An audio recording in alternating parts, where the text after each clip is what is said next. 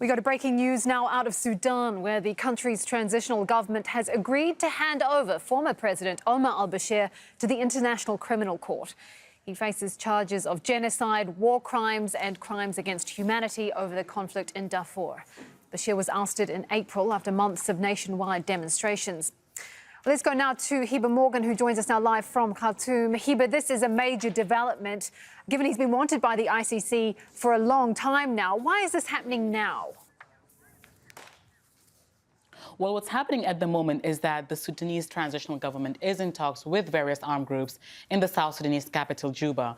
Some of those groups are from Darfur, where a war has been raging since 2003. And one of the main conditions of these armed groups is transitional justice, specifically having former President Omar al-Bashir handed over to the International Criminal Court.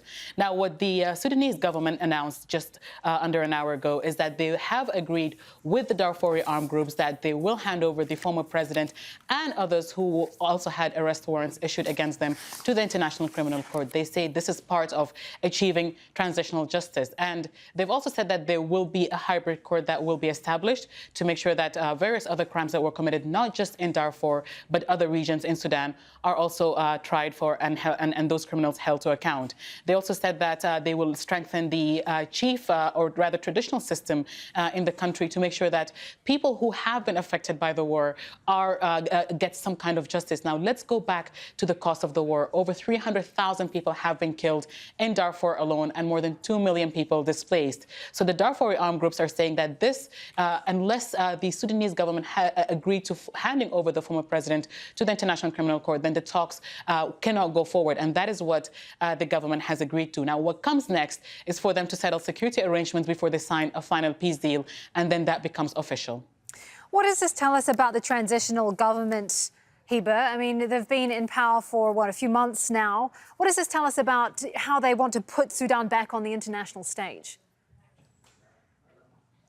Well, it seems that from what we heard from the transitional government and from the armed groups, they say that they are very keen to try to achieve peace, to make sure that there is some kind of stability. The conflicts in the various parts of the country is the reason why Sudan's economy has been deteriorating. And they say the core solution to try to restore the country's economy once again is to try to bring stability. So it looks like what they're trying to do right now is more of an internal issue, to try to make sure that they don't have any more interference and that there is no instability, especially since, as you say, the transitional government isn't that old. It was just formed in August last year after months of political turmoil and after months of talks between the protest movement known as the Forces of Freedom and Change Coalition and the Transitional Military Council that ousted former President Omar al-Bashir. Now, they have previously also said that this is not their case, that handing over the former president to the International Criminal Court is not up to them, but up to an elected government. But it looks like that the talks between the armed groups and the government